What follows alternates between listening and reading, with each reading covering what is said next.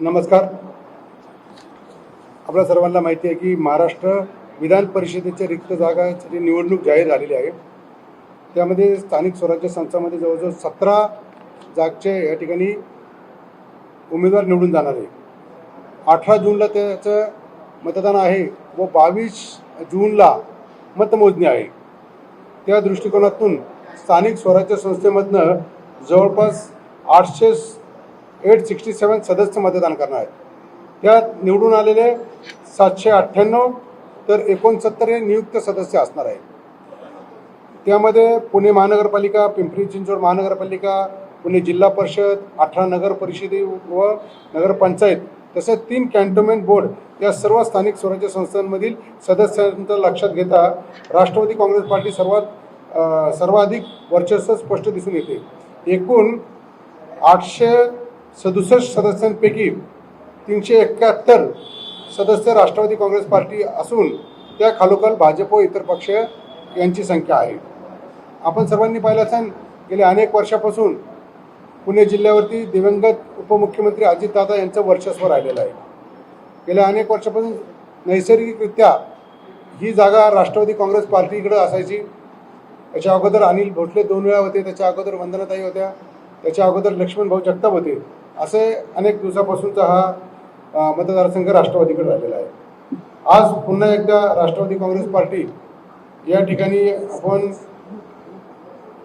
प्रभावीपणे आपल्या जिल्ह्यामध्ये कामगिरी दाखवून या आत्ता येणाऱ्या इलेक्शनमध्ये समोर जातो. केवळ राजकीय भूमिका घेण्यासाठी किंवा अनाठायी वाद निर्माण करण्यासाठी जर कोणी या जागेचा दावा करत असेल तर ते योग्य नाही.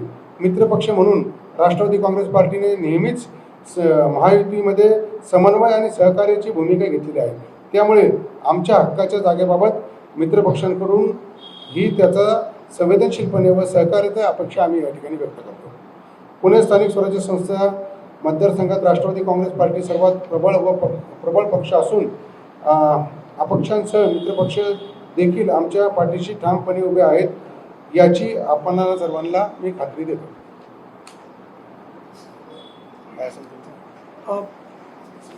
मी आता PDF पाठवलेली आपण चेक करा, ग्रुपवर केलेली आहे. भारतीय जनता पार्टीकडून पुण्याच्या जागेवर नावं सांगितलं आणि त्यांच्याकडून काही आकडेवारी मांडली जाते की बलाबलानुसार भाजपकडे संख्याबळ जास्त आहे. नाही, हे पहा, मी पण तुमच्या माध्यमांमधनं ते ऐकलं, परंतु जर तुम्ही पाहिलं की त्याच्यामध्ये बऱ्याचशा चुका आहेत. आमच्या मित्रांनी जे आपल्या सर्वांना त्या ठिकाणी मांडलं त्याच्यामध्ये काही प्रमुख चुका तुम्हाला या ठिकाणी मी निदर्शनास आणतो. एकतर त्यांनी ही निवडणूक आहे 867 मतांची. तुमच्याकडे जे त्यांनी आकडेवारी दिली ते 798 मतांची दिली.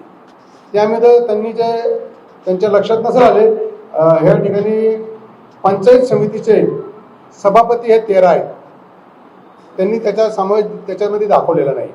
तसंच राष्ट्रवादी काँग्रेस पार्टीमध्ये नगरपंचायत आणि नगर परिषदेचे अध्यक्ष 18 आहेत, ते त्यांनी त्याच्यामध्ये दाखवलेले आहे.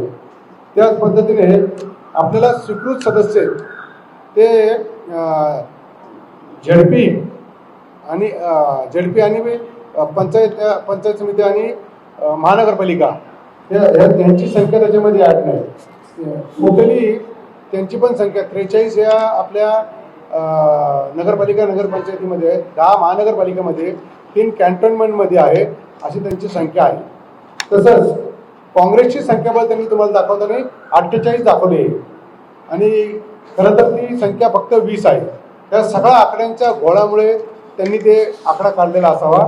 त्यांनी जर नीट अभ्यास केला, मी तुम्हाला PDF आपल्याला फॉरवर्ड केलेली आहे, तर त्याची लेटेस्ट पूर्ण मी तुम्हाला वाचून दाखवतो. या ठिकाणी स्थानिक स्वराज्य संस्थेमध्ये Rashtrawadi Congress party without alliance पार्टीचा 371 आहेत, BJP 327 आहे, तुतारीचे 17 आहेत, त्याच पद्धतीने शिंदे सेना 74 आहेत, उभाटाचे 11 आहेत, तसंच काँग्रेसचे 20 आहेत, अपक्ष 23 आहेत आणि आघाड्यांचे 24 आहेत.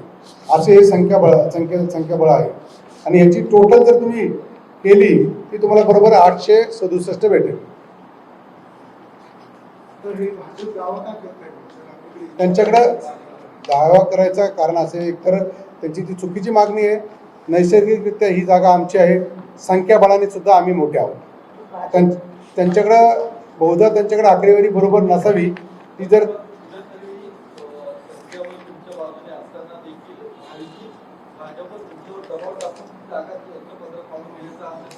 बघा, दबाव टाकण्याचा काय प्रश्नच येत नाही. कारण ज्यावेळेस ही युती झाली, युतीमध्ये ठरलेलं आहे ज्याची जागा आहे त्याला द्यायची किंवा जिथं संख्याबळ ज्याचं जास्त आहे त्याला द्यायची. हे दोन्ही गटांमध्ये आम्ही जुन्या जागा ज्या आहेत म्हणजे आमदारकीला सुद्धा तसं झालं. हो. ही जागा जर राष्ट्रवादीची आहे गेल्या 2 टर्म राष्ट्रवादीच्या आमदारामध्ये महायुती हट्ट का करते, भाजप हट्ट का करते महायुती? त्यांच्याकडे अभ्यास कमी आहे ना. मी सांगितलं ना तुम्हाला, त्यांनी जे आता हे केलं त्यांनी ह्या मी तुम्हाला पण सगळ्यांना फॉरवर्ड केले, त्याचा अभ्यास करावा. त्यांच्या लक्षात येईल जर त्यांनी दाखवले की आमचे काही आघाड्या आहेत, आमचेही काही आघाड्यांमध्ये जर गेलं तर आम्ही जवळजवळ 400 मतांच्या पुढे जातोय. मी तुम्हाला दोन्ही पाठवले.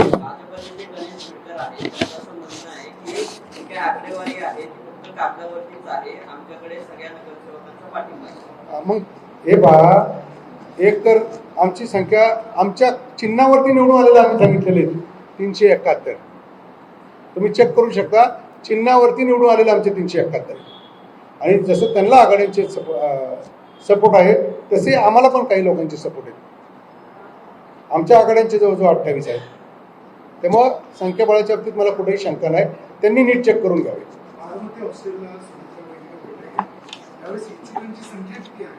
आमच्या पक्षामध्ये तसे 10 ते 12 लोक इच्छुक आहेत.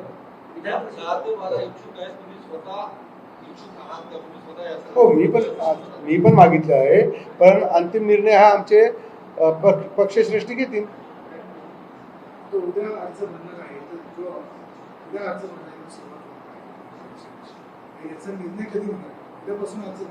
हो, उद्यापर्यंत होईल. एकनाथ शिंदे सुद्धा दिल्लीत आहेत, म्हणजे महायुतीचं तुम्हाला ऍक्सेप्ट असेल का? जसं ही जागा भाजप सुटली तर स्थानिक राष्ट्रवादीच्या नेत्यांना ऍक्सेप्ट होईल का? स्थानिक राष्ट्रवादीच्या नेते त्यांचा प्रचार करणार? हे पहा, नेत्यांच्या वरती खूप चांगले, आपण खालीच फक्त हे करतो की ही जागा राष्ट्रवादीला सुटणार, ह्याच्यात आम्हाला कुठलंही दुमत नाही. दुसरा विचार करण्याची आम्हाला गरज पण नाही.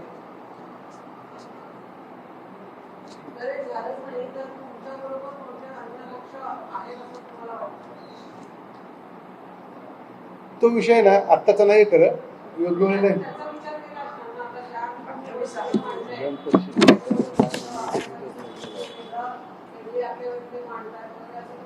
नाही, त्यांच्याकडे मी त्यांनी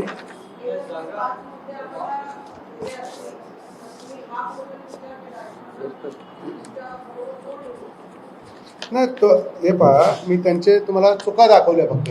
कुठे त्यांच्याकडनं लक्षणात चुका झालेल्या आहेत. त्यांच्याकडे जेव्हा त्यांच्या निदर्शनं येतात राष्ट्रवादी काँग्रेसच पुढे, त्या हा प्रश्न उद्भवणार नाही. आम्ही ही सर्व, कारण वरती राज्यामध्ये ठरलेलं आहे की आम्ही महायुतीमध्येच इलेक्शन लढणार आहोत.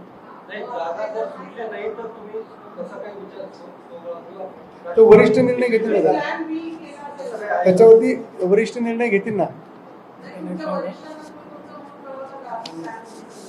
आता हा कालच आम्ही सगळा अभ्यास केलाय. आता सोमवारी आमची मंगळवारी बोलवलेलंच आहे, त्यावेळेस आम्ही चर्चा करू त्याच्यावरती. नाही, अजून तर कसं झालं. आपल्या सर्वांना माहिती आहे आता महाराष्ट्र विधान परिषदेचे निवडणूक 18 तारखेला होणार आहे. त्यामध्ये 22 तारखेला निकाल जाहीर होईल. ही जवळपास राज्यामध्ये 17 जिल्ह्यांची या ठिकाणी स्थानिक स्वराज्य संस्थेची निवडणूक लागली. त्यामध्ये आम्ही सर्व तिन्ही पक्ष आघाडी म्हणून समोर जाणार आहोत. त्यामध्ये विशेषतः राष्ट्रवादी काँग्रेस पार्टी ह्याच्यामध्ये पुणे शहराची जागा ही राष्ट्रवादीची आहे आणि ती राष्ट्रवादीलाच मिळणार याची आम्हाला खात्री आहे. त्यामुळं भविष्यामध्ये ह्या पुणे शहराचं नेतृत्व करण्याची संधी राष्ट्रवादी काँग्रेसला मिळेल याची आम्हाला खात्री आहे.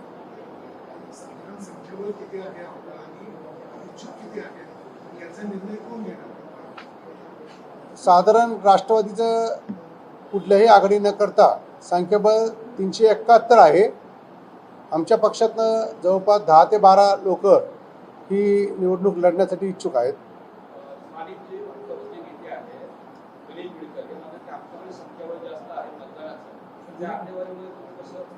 मी आता तुम्हाला या ठिकाणी दाखवले आकडेवारीमध्ये त्यांच्या चुका झालेल्या आहेत.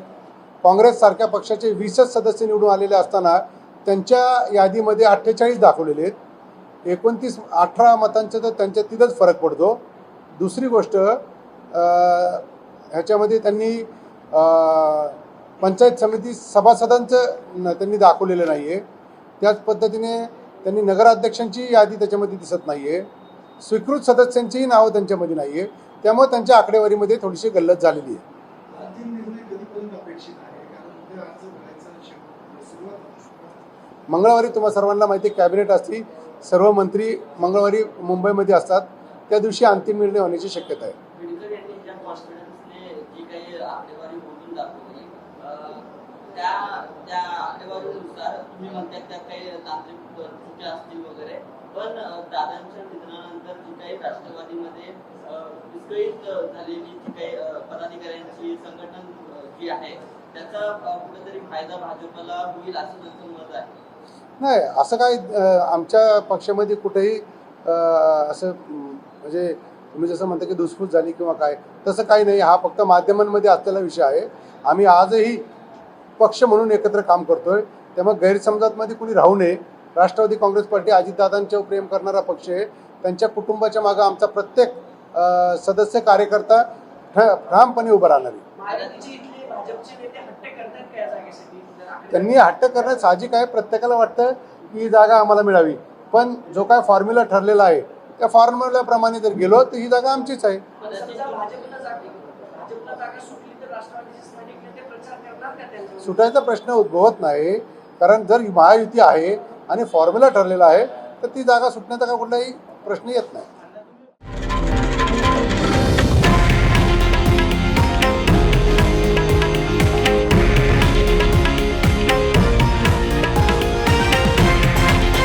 हे आहे देशातील नंबर 1 न्यूज नेटवर्क आणि आपण पाहत आहात TV9 मराठी, एकमेव.